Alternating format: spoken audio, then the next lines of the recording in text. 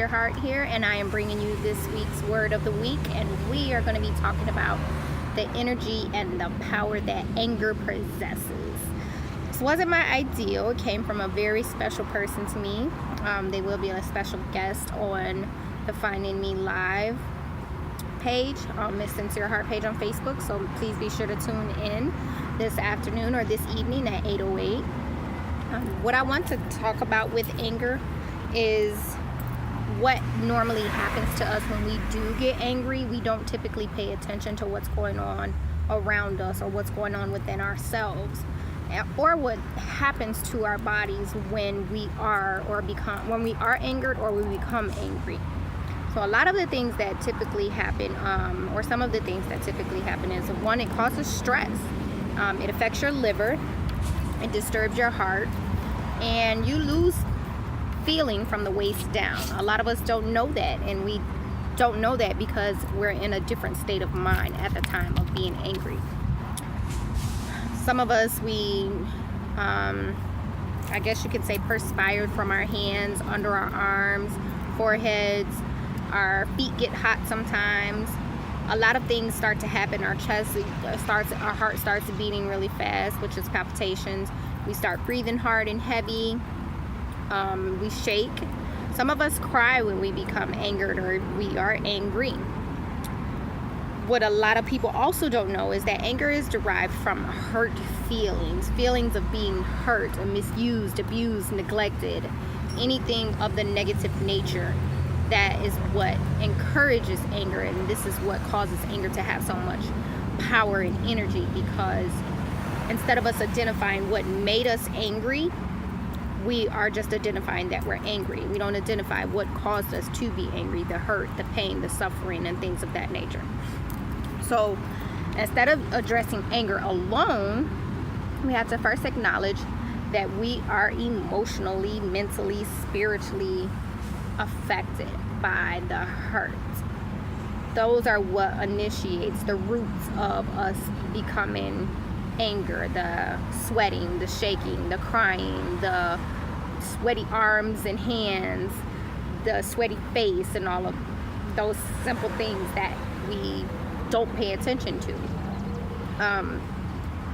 It gives us, once we pull back that and we're able to say, hey, this is what made me angry, this is why I'm angry, we're able to have better control over the way we react, the way we respond, and the things and people we give our time and our energy to, versus us just acting on that first instinct, which is not always a bad thing, because if you're acting on that first instinct, then you're going with your gut feeling.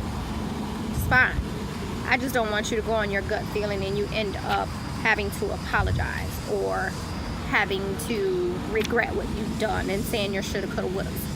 So let's go into the 4 things that will help us diminish letting anger have so much power and take control over us. The first thing I want to do is let it out. I know that's kind of like, contradicting, because I was just like, we need to be responsible for our reactions and our responses, and we need to think before we act and speak and so forth. I completely understand. When I say let it out, I mean I want you to let it out in a healthy way.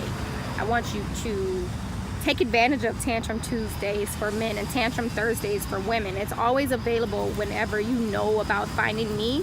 When you become a part of the Finding Me universe, you have that capability to take advantage of those 2 days. Those are the 2 days we get to rant and rave and scream and jump and shout and kick without any judgment. Now, you can take feedback and you can take advice, you can take inspiration if you want it. If you just need to get that off of your chest, then by all means, get it off your chest.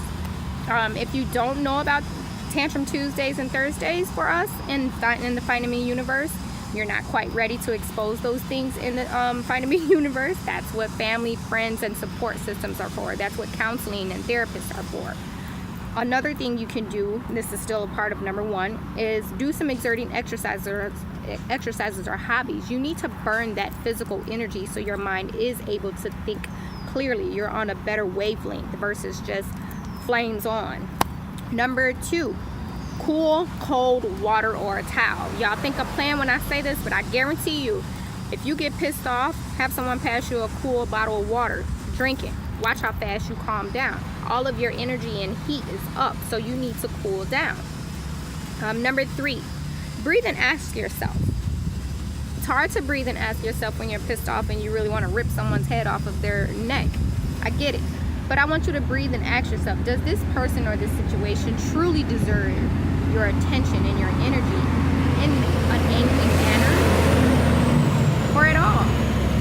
Ask yourself those things. Number 4, what are your consequences of reacting and responding? Will you end up with the financial debt? Will you end up in jail? Will you end up apologizing for something you truly did not mean to say or do? Will you get a chance to apologize? These things matter because what you do now in the moment of you being pissed off or in your moment of being livid affects what happens in the future. It affects what happens the very next second. It affects what happens to the people around you, the people you love, the people you don't even know. It affects these people. So my bonus is going to be, if you aren't wrong or you didn't do anything wrong, I want you to question yourself and ask, why in the hell are you responding? Why are you reacting? Why are you defending yourself? What are you trying to defend and what are you trying to prove besides you're not wrong and you didn't do anything wrong? Inquiring minds want to know, and that inquiring mind should be primarily yours. Miss Sincere Heart, your magical goddess of love and light. I love you, and I will be talking to you this evening, 8:08.